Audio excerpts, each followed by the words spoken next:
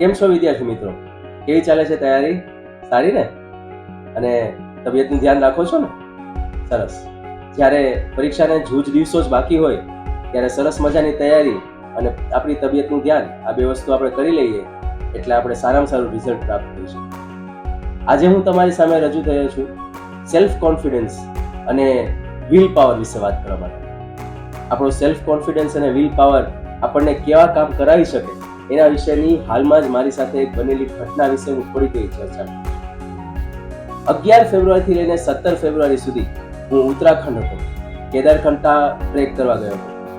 Kedarkantha track એ આપણા ભારતના one of the toughest ટ્રેકમાં ગણાય છે, કારણ કે એકદમ સ્ટીફ ચડાઈ છે, એકદમ ઊંચી અને 12,500 ફૂટે આવેલી એની પીક છે, જ્યાં જનરલી માઇનસમાં તાપમાન વયું જાય, ગમે ત્યારે ફાસ્ટ હવા ત્યાં ફૂંકાય, જેને સ્ટોર્મ કહી શકાય.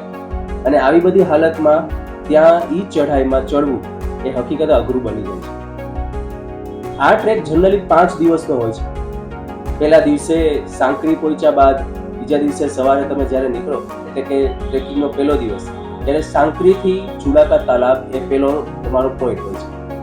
ચુડાકા તાલાબમાં રાત વિતાવ્યા બાદ, બેઝ કેમ્પમાં રોકાયા બાદ બીજે દિવસે ત્યાંથી તમે કેદારકંઠા બેઝ કેમ્પ જાઓ છો અને ત્યાં આરામ કર્યા બાદ તે જ દિવસે રાત્રે 2:30-3 વાગ્યાના આસપાસ તમે નીકળો છો કેદારકંઠા પીક ઉપર જવા માટે, જેને સમિટ કહેવાય. સમિટ એટલે એવી જગ્યા કે જે પીક ઉપર આસપાસ માત્ર ને માત્ર તમને આકાશ દેખાય, ત્યાં કોઈ બીજો ઊંચો પહાડ ના હોય અને એને જ હિસાબે ત્યાં પવન ખૂબ જ વધારે હોય. 12,500 ફીટે આવેલી એ જગ્યામાં ઊભું રહેવું હકીકતે ખૂબ અઘરું થઈ જાય છે. અને ત્યારબાદ કેદારકંઠા પીક ઉપરથી નીચે તમે આવો એટલે સૌથી પહેલા બેઝ કેમ્પ પહોંચ્યા પછી બીજે દિવસે તમે ત્યાંથી હરગાંવ બેઝ કેમ્પ અને ત્યાંથી પછી તમે સાંકરી, આ રીતે ટોટલ 5 દિવસનો આ કેમ્પ છે. અમે બધા વર્કિંગ પર્સન છીએ. અમે 6 જણા આ કેમ્પ કરવા ગયા હતા, આ ટ્રેકિંગ કરવા ગયા હતા. અમે બધા વર્કિંગ પર્સન છીએ. કોઈ ડોક્ટર છે, કોઈ મારી જેમ સંચાલક છે, કોઈ અન્ય બિઝનેસ કરે છે. તો અમારી પાસે 5 દિવસ ટ્રેકિંગ અને આવક જાવકના જો ગણીએ તો 8 થી 10 દિવસ થાય. તો આટલો બધો સમય નહોતો, એટલે અમે એવું નક્કી કર્યું કે અમે આ બેઝ કેમ્પ માત્ર ને માત્ર 2 દિવસમાં પૂરું કરશું. એટલે કે પહેલે જ દિવસે સાંકરીથી ડાયરેક્ટ કેદારકંઠા બેઝ કેમ્પ, એ જ દિવસે રાત્રે 2:30 વાગે કેદારકંઠા બેઝ કેમ્પથી સમિટ અને ત્યારે જ એ જ દિવસે રિટર્ન નીચે ઉતરી અને અમે એ પૂરો કરવાની કોશિશ કરશું. આ 14 કિલોમીટર હાઇકિંગ અને 14 કિલોમીટર ડિક્લાઇનનો આખો ટ્રેક છે. આ ટ્રેકમાં સૌથી મોટો પ્રોબ્લેમ એ છે કે આ ટ્રેક સ્ટીફ છે, એટલે કે એકદમ વધારે પડતી અપ ડિગ્રી. એટલે જ્યારે તમે ચડી રહ્યા છો ત્યારે જ્યારે આવી ડિગ્રી આવે છે ત્યારે તમારે અહીંયા સુધી પહોંચવું ફરજિયાત થઈ જાય છે અને ત્યાર પછી જે ઓછી ડિગ્રી હોય એ જ જગ્યાએ તમે આરામ કરી શકો. આ ડિગ્રી ઉપર તમે આરામ કરી શકો નહીં, કારણ કે ત્યાંથી પડી જવાના ચાન્સીસ ખૂબ વધારે હોય છે. એટલે આ ટ્રેકિંગને 1 દિવસમાં કે 2 દિવસમાં પૂરું કરવું એ હકીકતે ખૂબ જ અઘરું ચેલેન્જ હતું.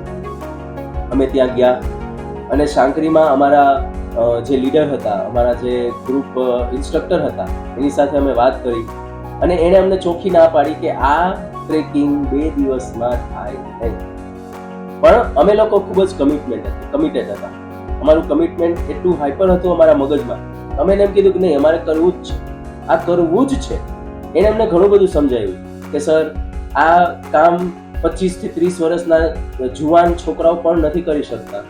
તમે બધા 38, 40, 45 વર્ષ આસપાસના લોકો છો, તમે આ કેમ કરી શકશો? આ નહીં થઈ શકે. ત્યારે મેં એમ કીધું કે નહીં થાય એ પછીની વાત છે, અત્યારે મારે એની બાબતમાં વિચારવું નથી, અમારે આ કરવું છે, નક્કી છે. અને ત્યાર પછી ઘણી બધી ચર્ચા કર્યા પછી અમે એમને કન્વિન્સ કર્યા અને કન્વિન્સ થયા અને એને એમ કીધું કે ચલો જોઈએ, જો રિટર્નમાં એવું લાગશે તો આપણે ક્યાંય રોકાઈ જશું. જાતી વખતે આપણને એવું લાગશે કે હેલ્થ ઇસ્યુ છે કે કોઈ પ્રોબ્લેમ છે, આપણે રોકાઈ જશું. બાકી આપણાથી થાય તો આપણે કરી જોઈએ. અને બીજે દિવસે સવારે 8 વાગ્યામાં અમે આ ટ્રેકિંગ શરૂ કર્યું.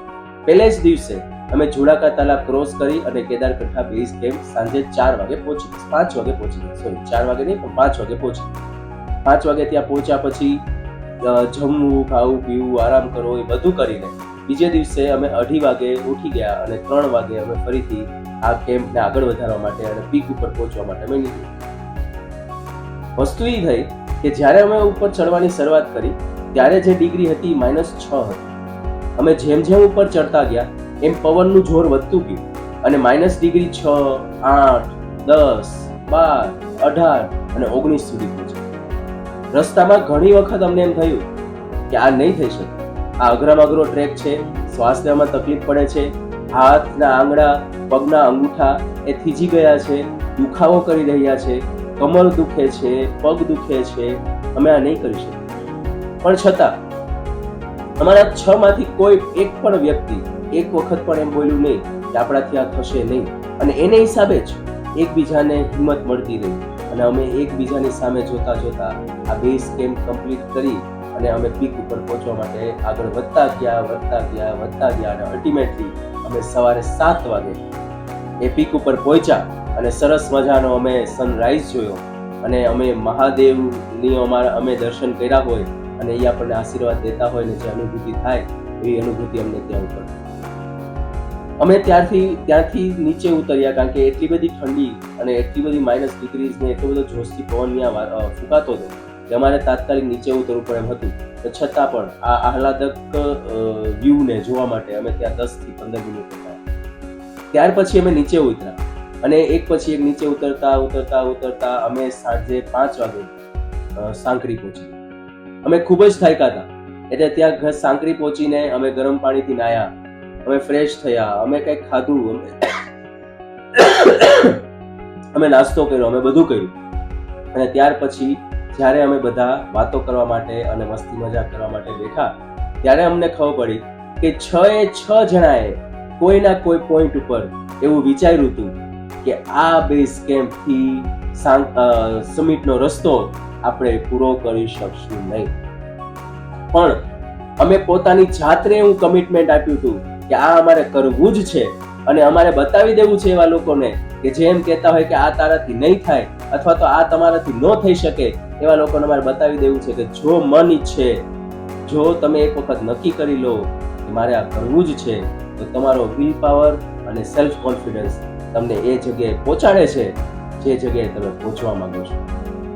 આવી જ રીતે બાળકો હું તમને કહીશ કે ખાસ ધ્યાન રાખજો કે આ પરીક્ષા દરમિયાન તમારો વિલ પાવર અને તમારો સેલ્ફ કોન્ફિડન્સ ઓછો થવા દેતા નહીં. સામે ગમે એટલી તકલીફ આવે, સામે ગમે એટલી તમને સિચ્યુએશન્સ ક્રિએટ થાય, તમે જરાય ચિંતા કરશો નહીં. પોતાની હિંમત ઉપર, પોતાની મહેનત ઉપર અને પોતાની છાત ઉપર વિશ્વાસ રાખજો અને સરસ મજાની રીતે તમે પેપર આપજો, સરસ મજાની તૈયારી કરજો, પોતાનું ધ્યાન રાખજો અને ખૂબ જ સરસ રિઝલ્ટ મેળવજો. વિલ પાવર અને સેલ્ફ કોન્ફિડન્સ આ વસ્તુ એવી છે કે જે તમને અણધાર્યા રિઝલ્ટ મેળવવામાં ખૂબ જ મદદરૂપ છે.